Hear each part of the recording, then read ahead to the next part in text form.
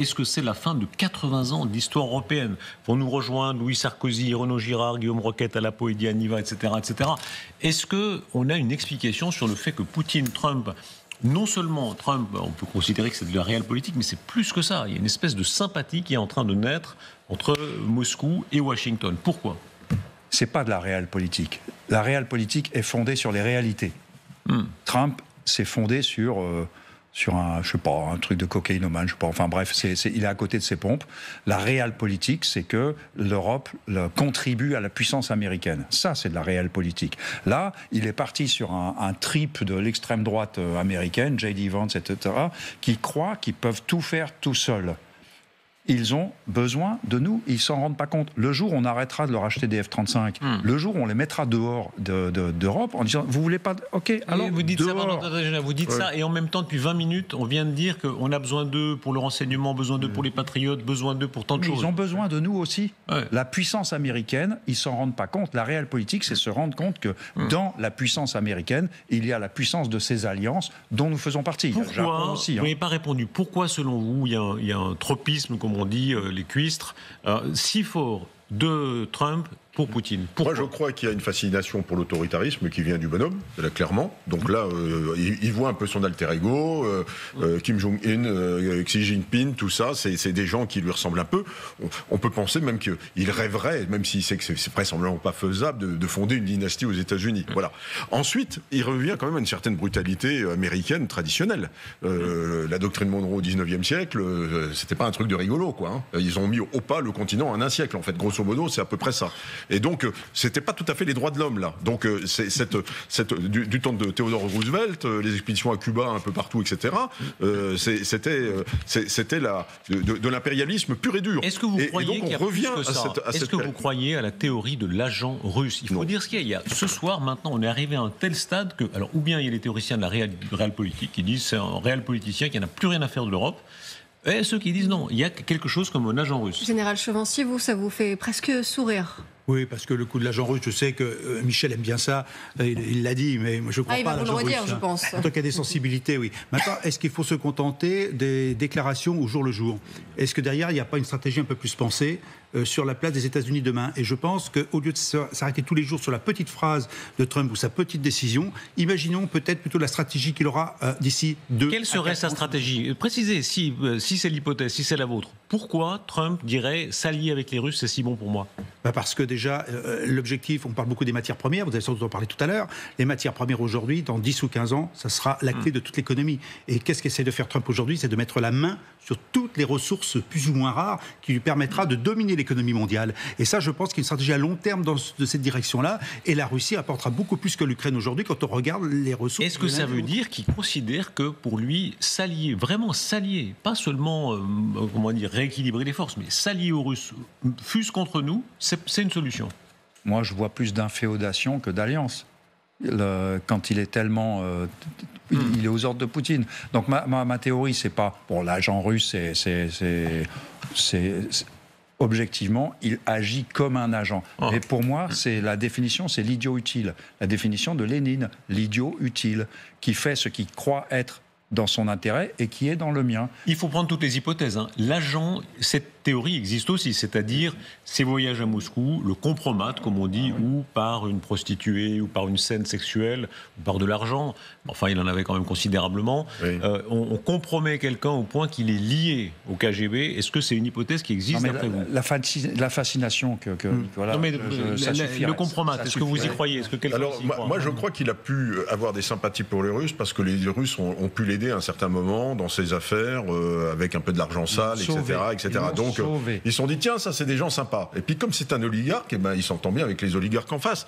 Et donc, alors, moi, j'appelle pas ça une alliance, en fait. C'est pas une alliance. Simplement, il y a une conjonction d'intérêts entre Vladimir Poutine et puis Trump. Vous êtes des militaires, vous avez été en poste à Berlin. Est-ce que, par exemple, vous avez vécu, vous, des tentatives de compromettre où les Russes ont essayé de vous compromettre par le sexe ou par l'argent ou autre chose, quoi?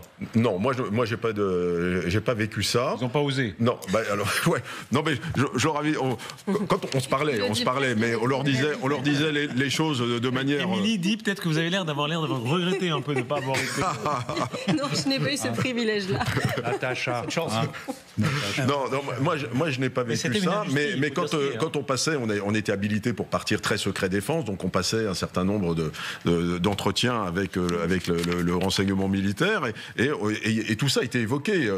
C'était, êtes-vous homosexuel, jouez-vous au jeu, le problème du sexe, etc., pour voir quelles pouvaient être les vulnérabilités pour lesquelles on pourrait être approché. Vous connaissez l'histoire magnifique de Romain Gary qui a été filmé, et les agents bulgares lui ont dit on a le film, il dit non, j'aimerais qu'on le retourne parce que j'aimerais être encore plus à mon avantage. Ça, c'était du Romain Gary dans l'âme. Ouais. Vous avez été approché, vous ? Moi, j'ai été approché par l'ambassade russe, oui, effectivement. J'ai reçu un coup de téléphone une fois. Tiens, voilà. Alors, j'avais quitté l'institution militaire déjà. Vous nous intéressez ? Est-ce que vous pouvez venir j'ai dit, prendre le thé à l'ambassade. Donc. Vous nous intéressez, ils vous ont dit ? Oui, enfin, ce que vous écrivez, tout ça. Bon, voilà. Donc, j'avais pris le thé à l'ambassade avec l'attaché militaire. Elle m'a dit, tiens, on fait une grande conférence à Moscou. Est-ce que ça vous dit de participer ? Bon, allez, on voyage à Moscou. Pourquoi pas ? Et puis finalement, alors après à Moscou, je ne sais pas ce qui se serait passé. Alors bon, on sait ce qui se serait passé. Il y aurait eu sans doute une visite pendant la nuit. Oui, bon. Et en fait, quelques jours plus tard, c'était l'affaire Skripal. Et à la suite de l'affaire Skripal, il y avait un certain nombre de diplomates qui ont été virés de France, dont l'attaché de défense, qui était évidemment membre du SVR ou du FSB, plutôt de SVR. Et donc, ça s'est arrêté là. Voilà. Oh putain, t'as perdu ton officier traitant. Ben voilà. D'un coup. Ouais, moi, j'ai pas été approché, mais c'est normal, j'étais trop con. Ça, c'est de Yakovlev dans le texte. Ah non, mais c'est véridique. François Chauvency. Non, pas spécialement, mais il faut être extrêmement vigilant parce qu'il y a largement des opportunités, y compris à Paris, pour être approché, contacté. Et après, je dirais pas c'est plus si affinité, mais et puis en fonction un petit peu des missions qu'on pourrait avoir. À la limite, s'il nous arrivait quelque chose, ce qu'on devrait faire, c'est rendre compte, comme on dit chez nous. Il y a des services pour ça. Et après, je dirais, il y a toute une infrastructure qui se met en place pour finalement contrôler, je dirais, cette prise de contact et voir jusqu'à où on peut aller et aller aussi loin. Parce que le but, c'est aussi de déceler les autres. Faut-il qu'ils fonctionnent et qu'est-ce qu'ils recherchent ? Alors, il me revient quand même une chose. En Afghanistan, j'ai peut-être été approché une fois. Oui. Parce que j'étais à Kaboul et on rapatrié. À l'époque, on avait des rapports à peu près cordiaux dans les années 2004. Et l'ambassadeur à Kaboul s'appelait Kaboulov. Ça s'invente pas. Bon, Monsieur Kaboulov, il rapatrie un de ses diplomates qui s'appelait Pouchkine. Donc voilà. Donc on avait une base à Douchambé. Donc on l'a embarqué dans un transal pour appeler à Douchambé. Et l'ambassadeur, pour me remercier, me dit mon général, merci. On va vous inviter à une soirée, vous allez voir, il va y avoir beaucoup de monde, vous allez apprécier, ça va être vraiment super, etc. Et j'ai dit, non mais vraiment là, j'ai vraiment pas le temps, merci monsieur l'ambassadeur, c'est vraiment pas possible. Voilà. Alors, ça aurait pu, effectivement, j'ai peut-être perdu une occasion. Et la vraie version, c'est laquelle ? Son foie est mort devant la vodka. Voilà. Bah, oui, genre il y a la vodka, les jeunes femmes et l'appareil photo, oui. Cela étant, on plaisante, etc., mais il y a quelque chose, il y a une fascination, comme vous dites, il faut écouter, il faut revenir, puisque c'est le début des 5 jours que nous sommes en train de vivre. Ce qui s'est passé dans le bureau ovale il y a 5 jours, Trump parle de Poutine. Et écoutez bien, il faut prêter attention à chaque mot que vous allez entendre. Trump parle de Poutine avec une forme de sympathie en disant, lui et moi, on a été victime d'une chasse aux sorcières. Il considère que les bien-pensants, les démocrates, les Européens, etc., tous se sont acharnés, et sur lui, et sur l'autre. Écoutez. Qu'est-ce qui se passe si la Russie met en place ça ? Si une bombe vous tombe sur la tête maintenant. Moi, je ne le sais pas. Ils n'ont pas respecté le cessez-le-feu avec Biden. Ils ne respectaient pas Biden. Ils ne respectaient pas Obama. Moi, ils me respectent. Laissez-moi vous dire. Poutine a fait beaucoup avec moi. Il y avait une fausse chasse aux sorcières. Voilà, vous connaissiez ça. Il y avait Biden a lancé une fausse chasse aux sorcières. Hillary Clinton aussi, c'était une arnaque démocratique. Et il a traversé cela, Poutine. On l'a accusé de plein de choses. Il y avait une chasse aux sorcières, mais il n'avait rien à faire là-dedans. Général Yakovlev, je vous ai entendu murmurer « pauvre Vladimir Poutine ». Oui, ça fait pitié. Bon, avec tous les enfants qu'il a volés, il s'est rattrapé. Pauvre Poutine. On en est là avec le président des États-Unis, le premier président des États-Unis de l'histoire des États-Unis, qui se couche devant un adversaire qui est plus faible que lui. C'est je m'attendais pas à voir ça, très franchement, dans ma vie. Qu'est-ce qui est en train de se passer ? Le président de la République avait utilisé cette expression « l'international réactionnaire », avec dans le monde ces ultra-conservateurs qui sont des hommes d'ordre, qui détestent tout ce qui ressemble au progressisme. En réalité, est-ce qu'il y a une forme de vraie proximité, de même qu'il y avait une internationale communiste en d'autres temps, entre Trump et Poutine ? Oui, mais il y avait une proximité entre les régimes autoritaires des années 30. Donc, effectivement, il y a véritablement une proximité. Et puis, c'est des gens qui ont un hubris tellement surdimensionné qu'ils ne supportent pas d'être bornés. Musk, c'est quelqu'un qui ne supporte pas d'être borné.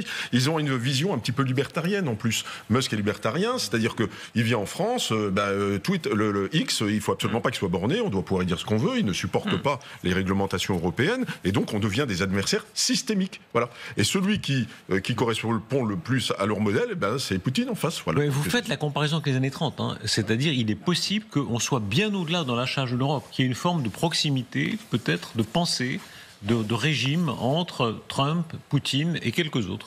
Alors, d'alliance, peut-être pas, mais il y a une proximité. Je pense qu'effectivement, Trump préfère parler à Poutine qu'en fait, à ses alliés. On a l'impression que les alliés, ça les emmerde, en fait. Ce sont des poids, et pas seulement les Européens, mais partout dans le monde. En fait, mais plus que ça, une forme d'affinité. Pardon, imaginez un dîner, cette table. Je suis persuadé qu'effectivement, Trump et Poutine s'entendraient mieux ensemble qu'avec Trudeau, par exemple, ou avec des personnages comme ça. Ils auraient les mêmes idées, les mêmes penchants, les mêmes blagues, sans doute. Voilà, ce côté un petit peu homme de droite, un peu rigolard, voilà, qui considère que tout ce qui était la bien-pensance européenne, c'est le passé, de leur point de vue. Oui, bien sûr, très certainement, oui, il serait commun. Est-ce que vous avez entendu un mot négatif envers Vladimir Poutine de la part de Trump depuis toujours, en fait à quel moment il a condamné Vladimir Poutine pour quoi que ce soit, alors qu'il y a quand même de quoi faire. Jamais il a eu un mot. Et je rappelle, dans la discussion, vous avez aussi J.D. Vance qui en rajoute après. Il dit, voilà, Joe Biden a dit du mal de Vladimir Poutine pendant des années et vous avez eu la guerre. Sous-entendu, c'est à cause parce qu'on a mal parlé à Vladimir Poutine, qu'on a fait une chasse aux sorcières, qu'il s'est cru oublié. Et ça va dans les deux sens, puisque à Moscou, c'est l'éloge non-stop de Trump et des conséquences, Émilie. Oui, on va écouter la télévision russe avec Solovyov qui s'en donne à cœur joie. Je sais que vous l'adorez sur ce plateau, ce fameux propagandiste il nous amuse. russe. Tous les soirs à Moscou. Alors, sachez qu'on lui a découvert un nouveau talent. Il sait lire l'avenir, surtout notre avenir. Alors, je vous donne un scoop, c'est pas très réjouissant pour nous. Je vais regarder Trump faire la guerre à l'Europe. Voici comment cela va se passer. L'annexion du Groenland, la désintégration de l'OTAN, la destruction de l'Union européenne.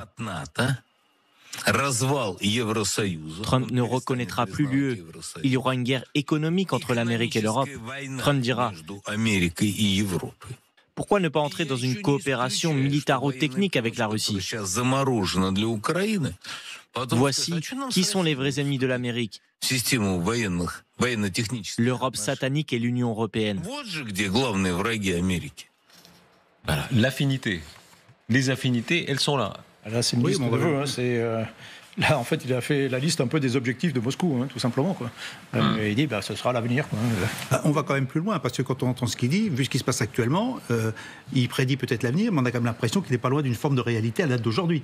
Donc, ce qu'il dit, il ne faut peut-être pas la rejeter comme ça. Effectivement, il est toujours excessif dans tout ce qu'il raconte, et on ne peut pas tout y croire. Mais les quelques phrases qu'il a citées là, je regrette. Quand il parle de l'Europe en danger, en quelque sorte, et qu'il va se faire manger par les États-Unis, j'ai bien quand même l'impression que l'enjeu, il est là. Ça ne veut pas dire qu'on sera mangé par les États-Unis, mais il va falloir se remuer. Et on revient au débat, est-ce que l'Europe va exister et savoir résister aux États autoritaires, y compris les États-Unis? Il reste quand même un constat qui est infaillible, c'est qu'on est de plus en plus faible et qu'on est quand même en train de se disputer. On est faible parce qu'on le veut bien. On est faible, on le veut bien, mais on a des répondants, mais moi je crois qu'il se rassure aussi.